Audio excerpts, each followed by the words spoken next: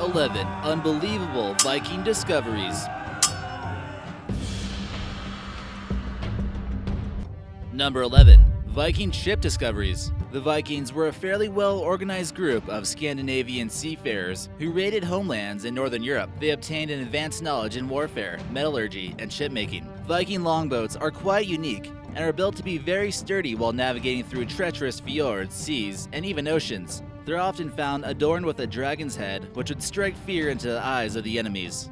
5 ships that date back to the 11th century were discovered about 3 miles from the coast of Denmark in 1962. Each ship was a little bit different, but the longest one was approximately 90 feet long and about 9 feet wide. This was a huge discovery for learning more about Viking shipbuilding techniques. Even some of the wood managed to survive, which is very rare. Made from oak and lined with iron, it's believed that these ships were sunk intentionally in order to avoid a battle this time. Vikings were no strangers to warfare, but it's possible that in this case they were outnumbered. The ships are on display at a museum in Denmark.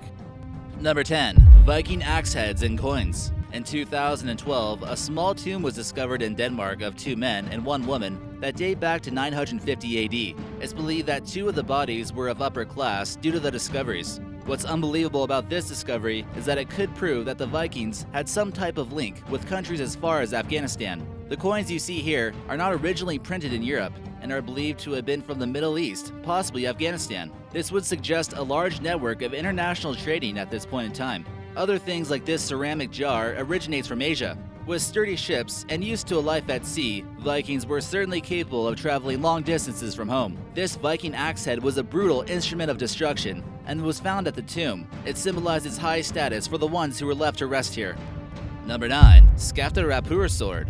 Some believe that this sword here came from the very first generation of Viking settlers in the island of Iceland, and maybe even the first settler himself. The first permanent settler was a warlord from Norway in 874, and the very place that would eventually become the capital of Iceland. However, this sword was found further west by geese hunters. The warlord's sword was found badly damaged, but the wooden hilt still remained intact, which is a remarkable discovery by itself. Although it's found a little bit outside of the settlement, it's believed that he often ventured out into the wilderness in order to search for resources and explore new land. Despite it getting the name Iceland, during summer, it turns quite green and the land is fertile. This is one good example of Viking trickery while naming new landmasses. Viking swords are quite impressive, and we'll get to another example later in this video. Number 8. Viking Treasure Trove. The coast of Scotland got its fair dosage of Viking raids in the Middle Ages. Many of these Vikings settled the land, and modern-day Scottish people could have a little bit of Viking ancestry in them. It was a fairly easy target for Vikings to plunder, geographically speaking, and some of the Scottish Isles are less than 200 miles away from Scandinavia. Vikings often targeted Christian monasteries because they normally had a large amount of gold and gold sculptures. One of the largest Viking discoveries in the UK was made in Galloway, Scotland in 2014. This included silk from Istanbul and a silver brooch that came from Ireland. Much of this was most likely loot that the Vikings had came across and was stashed here for about 1,000 years. Items like this silver cross are quite rare and engraved with decorations on each side. Many treasures were found just by simply searching an area they believed a Scottish church once stood in the Middle Ages.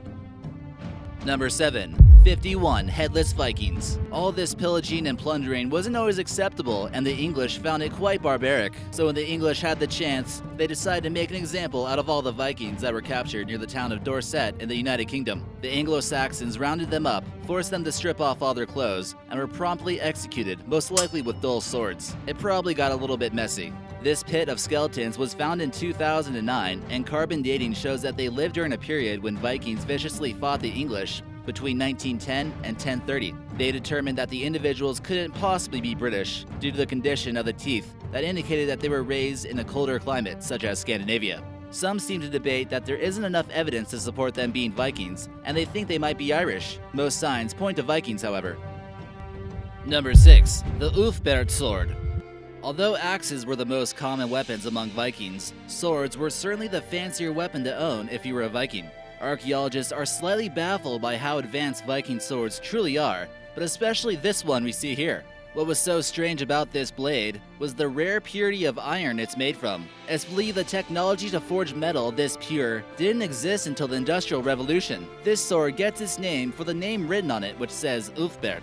This would have been like branding for a blacksmith, and owning something like this sword would have been like owning a Ferrari back in the time. This is made from metal known as crucible steel, which requires iron ore to be heated up to 3,000 degrees Fahrenheit into a liquid state. There are no impurities to this, and the blade is simply made of iron and carbon, which makes steel. The Viking on the battlefield with this sword would have certainly been a force to reckon with. Number 5. British Museum Exhibit. The British Museum recently obtained a boatload of Viking artifacts, including the Ulfberht Sword we just mentioned. Artifacts from Viking hoards such as this one was discovered in the UK and can be shown to the public. Finally, the public can see some of these amazing discoveries. This woman almost appears as if she's wearing a Viking helmet, but she's actually looking at the jaw of a Viking, the head of a battle axe, and a spear used by these warriors. The horned Viking helmet is somewhat of a myth, and no discovery has ever been made with horns. In fact, the only horned Viking helmet actually dates to 1000 BC. This one here is much more historically accurate for this time period. Obtaining a vast amount of wealth and artifacts like this gold neck ring could have been made from melted down plunder.